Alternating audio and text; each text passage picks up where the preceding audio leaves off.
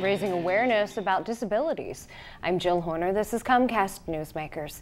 With me this hour is Pennsylvania State Representative Thomas Murt. Thanks for being with us. Hi, Jill. Great to be here. You're actually chairman of the Intellectual Disabilities Caucus, and we've talked about a variety of issues associated with intellectual and developmental disabilities. But you're actually having a walk and an expo to raise awareness. Why do you want to have this event? Well, I'll backtrack to the Intellectual Disabilities Caucus. This was a caucus that we formed in the House of Representatives. It is a bipartisan effort. I started the effort last session, and what we believe to be our main mission is to educate the members of the House of Representatives about the needs and the challenges that families who have a member who has an intellectual disability face in terms of funding and services and so forth.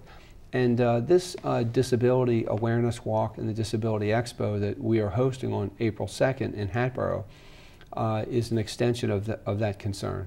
So let's talk about what will actually happen at the walk. Registration for the walk begins at 10:30. It's about a mile walk. It's an easy, non-competitive type of event.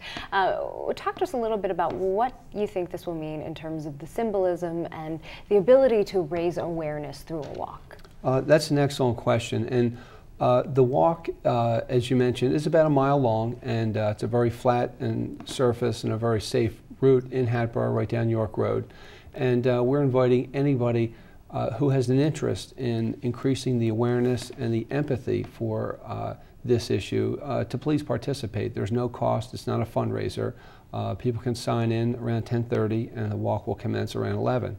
And what we are hoping to accomplish is to enhance the awareness to people with disabilities, people who have intellectual disabilities and any kind of handicap.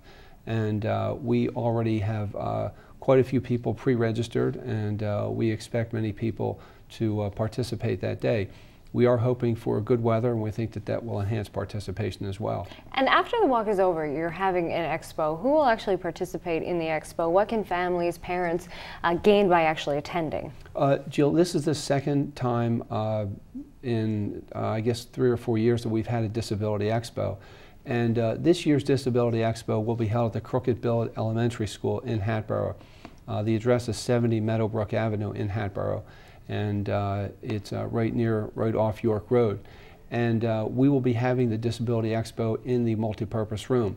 At the Disability Expo, we'll be having various caregivers, agencies, vendors, if you will, that work with individuals who have any kind of disability. And they'll be there to answer questions, to talk about their services, to talk about their programs. And we would envision many families attending. We had an outstanding participation a few years back, and we believe that that will be the case this time as well.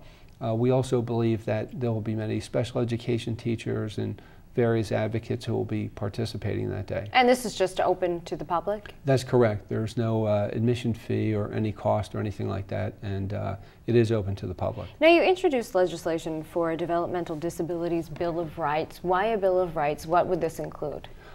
Jill, the whole philosophy of working with individuals with disabilities has changed, and we know much more now than we knew 20 years ago. We know that individuals with disabilities can function independently or semi-independently in our communities. We know that they can hold jobs, pay taxes, care for themselves, and we believe that a Disability Bill of Rights is a logical extension of that conviction.